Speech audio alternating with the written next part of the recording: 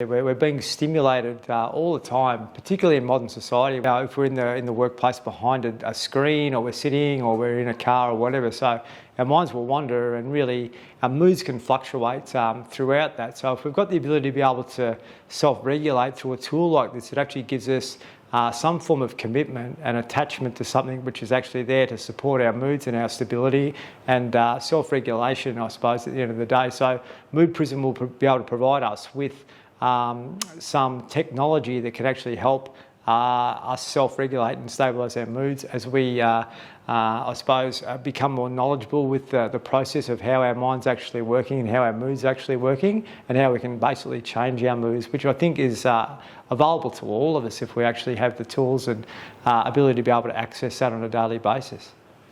G'day guys, my name's Aaron Shultz. I work as a recovery coach for Bridges Health and Community Care. I came to the organisation last year. I was drawn to the organisation because we have a really upbeat culture here to be able to change the way that mental health is perceived in modern society, and be able to give people some autonomy to be able to manage their mental health a little bit better. So my role as a recovery coach is to work with individuals to help them week by week to make subtle changes in their lives that can help their mental and physical well-being and all-round health and happiness. I have a really strong interest in mental health these days, basically because I've seen the way society's changed. I'm almost 50 now, and the way society's changed over the last 50 years has taken our, I suppose, intellectual capacity to become a little bit more irregular. So we've got more stimulation in our lives now than what we've probably ever had before.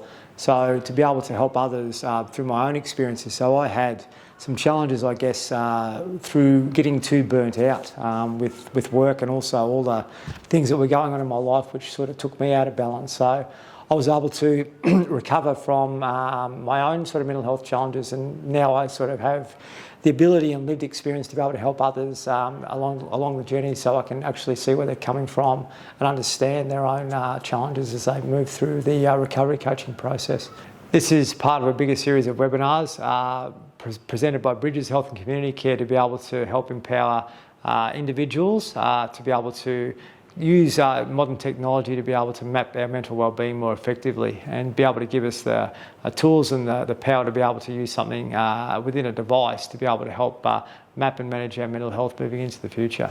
Mood Prism appealed to me because basically it gives me the ability to be able to track my moods, and what I really like about the app is it actually gives me the sequence or frequency on when I can actually do that. So for me personally, once a day is perfectly okay, but it actually allows the participant to be able to do it as often as they like, up to 8 times a day. So I really like the ability for it to be able to be accessed 4 times, so someone can check it in the morning, at lunchtime, in the afternoon and the evening. And what that actually will do will give you a bit of a track on where your moods are at and how your diet may be affecting your mood and so forth, and how the 3 o'clock fuzzies may come about, which many of us get, so how we can actually manage that a bit better.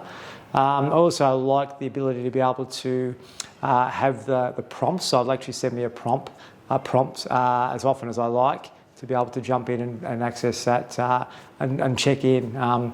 The other key aspect I like of Mood Prism is after a week, it actually gives you a map of where your moods are at, and it actually gives you activities that can actually help you understand where your moods are and give you tools to be able to work on improving that. So whether your mind may be a little bit imbalanced, it may be sort of a little bit depressed or a little bit anxious, it'll give you some tools to be able to sort of help overcome that. And that can be something that you can create some autonomy with, to be able to sort of have this as a tool to be able to use regularly, so you can get an idea of where your moods are at, and then be able to self-regulate a little bit more effectively.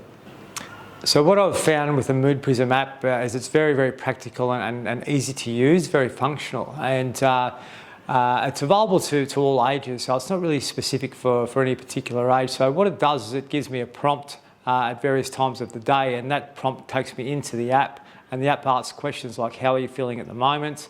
Then you go to the next part and it'll actually ask, what environment are you in? Who are you with? Are you alone? All those types of things. So you can actually get a bit of a track on the environment and how that's actually affecting your mood primarily. So the times of day will also give you a bit of a graph on where your moods are over a particular period of the 24-hour cycle. And what that'll actually do is be able to give you a map at the end of it to actually say why your moods may be a certain way. So after a week with Mood Prism, it actually gives you a report on where your moods are. So you get a bit of a map over that week to see where you're at. So, and from there, it'll actually give you some tools to be able to manage that a little bit more effectively. So it actually raises your consciousness on how you're feeling at a certain time of the day.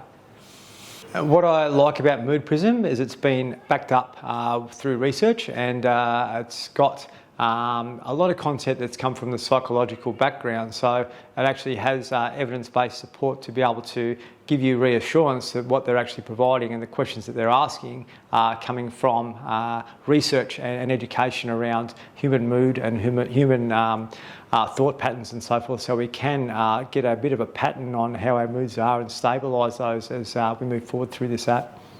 I think this app's primarily really well suited to people in Australia of all ages, so it doesn't really have a demographic or anything like that. It's pretty much accessible to young and old. It's very, very easy to use, and I believe, you know, a young person at 18 or an older person at 80, we will be able to shift through our moods and emotions more easily if we've got the ability to be able to track them through an app like this. I really want people listening to this to understand that we've got the ability and the tools and the power within us to be able to manage our mental health better. We don't really need to be looking outside. So if we can step up and get the help that we need through, say, a recovery coaching process, which is the area that I specialise in, to be able to learn a pathway to move forward and to learn the tools to be able to manage ourselves better so we can be more functional in modern society. I think it's an important thing moving forward as we go into this this decade and beyond, to have the skills to be able to navigate our way through successfully rather than be imbalanced and unhappy. And I guess the more we can do to be able to help people on that journey, and that's what I really like about Bridges, where we're really keen to be able to help sustain and motivate individuals to live their best lives. What I really like about Mood Prism and this app is the first point, or the first objective with this, is it's very easy to use. I don't find it difficult at all. It's very simple and proactive and interactive. So that's the first one. The second one is that the questions that it's asking me when it's mapping my moods is very simple and easy to answer. So it gives you a choice to be able to go up and down, being positive or negative or whatever it may be when it asks a question. And the third thing is, at the end of the week, then it actually gives me the ability to be able to see a map of where my moods are at, and then provides recommendations on how I can actually change that. So it actually gives me the ability to be able to sort of choose how I want to progress, whether that be through physical activity or things that actually help regulate my mood and stabilise my mood. And it gives me choice and control over that, which is really, really easy and empowering for the individual user.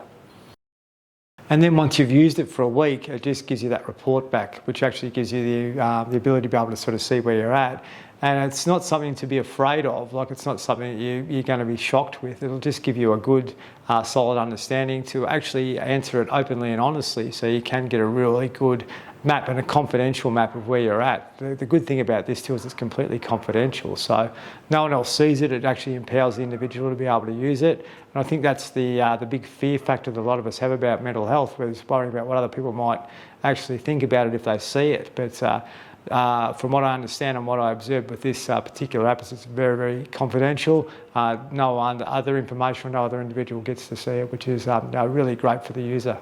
I'd really like to encourage listeners to be able to follow Bridges Health and Community Care on LinkedIn, Facebook and YouTube, to be able to track our progress and to be able to learn from us as a team to help transform mental health throughout Queensland and beyond. Thank you.